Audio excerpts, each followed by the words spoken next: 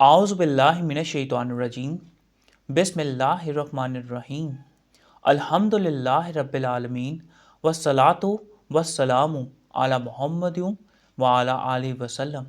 انشاءاللہ آج ہم سورہ نحل کے 8ویں رکوع کا مطالعہ کریں گے۔ اس سے پچھلے رکوع کا خاتمہ اس بات پر ہوا تھا کہ بری مثال سے متصف کیے جانے کے لائق وہی لوگ ہیں جو آخرت کا ایمان نہیں رکھتے۔ انہوں نے اس حقیقت کو فراموش کر رکھا ہے کہ مرنے کے بعد رب کریم کے حضور پیش ہو کر اپنے اعمال کا حساب دینا ہے، اور مرنے کے بعد اگلے مراحل کا دار و مدار موجودہ زندگی میں کیے گئے اعمال پر ہے، جبکہ اللہ تعالیٰ کی مثال اعلیٰ ترین صفات کے ساتھ ہے۔ وہی خالق اور مالک حقیقی ہیں، وہی صاحب عزت تو حکمت ہیں، وہی لائق حمد ہیں، اور انہی کی بندگی حق ہے۔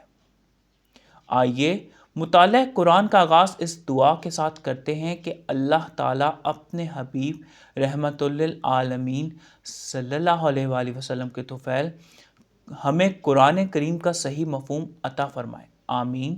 بسم اللہ الرحمن الرحیم وَلَوْ يُؤَاخِذُ اللَّهُ النَّاسَ بِظُلْمِهِمْ، اور اگر اللہ تعالیٰ پکڑ لیتا لوگوں کو ان کے ظلم کے سبب، ما تراک علیہا من دابۃ ولکن یؤخرھم الی اجل مسمى، نہ چھوڑتا اس پر کوئی بھی جاندار لیکن وہ انہیں اجل مسمى تک ڈھیل دیتا ہے۔ فَإِذَا جَاءَ أَجَلُهُمْ لَا يَسْتَأْخِرُونَ سَاعَةً وَلَا يَسْتَقْدِمُونَ، تو جب ان کی اجل آ جاتی ہے وہ ایک ساعت کی تاخیر نہیں کر سکتے اور نہ وہ تقدیم کر سکتے ہیں۔ اجل مسمى ایک مقررہ شدہ مدت، a term appointed۔ اللہ تعالیٰ نے کائناتی امور چلانے کے لیے ایک باقاعدہ نظام وضع کر رکھا ہے۔ اسی نظام کے مطابق ہمیں مہلت عمل میسر ہے۔ اس مہلت عمل میں خیر اور شر کا انتخاب ہماری اپنی صوابدید ہے، اور اسی کے مطابق ہمارا انجام ہے۔ ہر چیز اللہ تعالیٰ کی ملکیت اور دائرہ اختیار میں ہے۔ سورہ ہود کی آیت نمبر 56 میں ارشاد ہے، نہیں ہے کوئی جاندار مگر وہ پکڑے ہوئے ہے اس کو چوٹی سے۔ اگر اللہ تعالیٰ لوگوں کی غلطیوں اور کوتاہیوں پر فوراً گرفت کرتے تو اس زمین پر کوئی بھی بچا نہ رہ سکتا۔ انہوں نے کمال مہربانی کے ساتھ ہر ایک کو اجل مسمى یعنی ایک مخصوص مدت تک مہلت دے رکھی ہے، تاکہ جو کوئی اپنی غلطیوں کو سدھارنا چاہے سنوار لے۔ اس مہلت کا وقت مقرر ہے، اور جب وہ گھڑی آ جاتی ہے تو نہ کوئی اس میں تاخیر کر سکتا ہے اور نہ آگے بڑھ سکتا ہے۔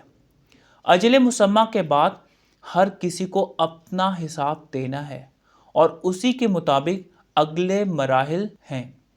اس اجل مسمى کے دوران ہمارا طرز عمل کیا ہونا چاہیے؟ سورہ ہود کی آیت نمبر 3 میں ہمیں اس بارے میں رہنمائی ملتی ہے۔ ارشاد ہے، اور یہ کہ تم اپنے رب سے استغفار کرو، پھر متوجہ رہو اس کی طرف، وہ تمہیں دے گا ایک بہترین متاع اجل مسمى تک، اور وہ دے گا ہر صاحب فضل کو اس کا فضل، اور اگر تم منہ موڑے رکھو گے تو مجھے خوف ہے تم پر یوم کبیر کے عذاب کا۔ وَيَجْعَلُونَ لِلَّهِ مَا يَكْرَهُونَ، اور کرتے ہیں اللہ تعالیٰ کے لیے جس سے یہ کراہت کرتے ہیں۔ وَتَصِفُ أَلْسِنَتُهُمُ الْكَذِبَ أَنَّ لَهُمُ الْحُسْنَى، اور ان کی زبانیں جھوٹ متصف کرتی ہیں کہ ان کے لیے خوبی ہے۔ لا جرم أَنَّ لَهُمُ النَّارَ وَأَنَّهُمْ مُفْرَطُونَ، نہیں، یقینی بات ہے کہ ان کے لیے آگ ہے، اور یہ کہ وہ نظر انداز کر دیے گئے ہیں۔ تصفم وصف سے بنا، کسی کی کوئی صفت یا خصوصیت کو زور و شور سے بیان کرنا، چاہے وہ اس میں ہو یا نہ ہو، assert۔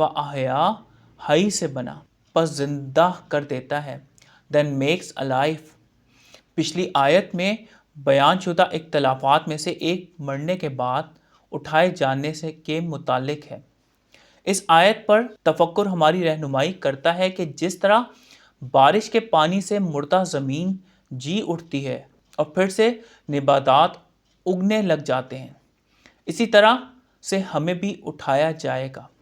سورہ فاطر کی آیت نمبر 35 میں ارشاد ہے، اور اللہ تعالیٰ ہے جو بھیجتا ہے ہوائیں تو وہ اٹھا لاتی ہیں بادل، سو ہم سیراب کی خاطر لے جاتے ہیں انہیں ایک مردہ دیس کی طرف، پس ہم زندہ کر دیتے ہیں اس سے زمین کو بعد اس کی موت کے، اسی طرح ہے اٹھایا جانا۔ ایک مختصر سا خلاصہ آج کے پڑھے گئے رکوع کا۔ اللہ تعالیٰ نے کائناتی امور چلانے کے لیے ایک باقاعدہ نظام وضع کر رکھا ہے۔ اسی نظام کے مطابق ہمیں مہلت عمل میسر ہے۔ اس مہلت عمل میں خیر اور شر کا انتخاب ہماری اپنی ہی ثوابدید ہے اور اسی کے مطابق ہمارا انجام ہے۔ آخرت کے منکر اللہ تعالیٰ کے بارے میں ایسی باتیں ثابت کرنے کی کوشش کرتے ہیں جو انہیں اپنے لیے بھی ناپسندیدہ ہوتی ہیں۔ اس طرح وہ اللہ تعالیٰ کو وہ مقام نہیں دیتے جس کا وہ حقدار ہے۔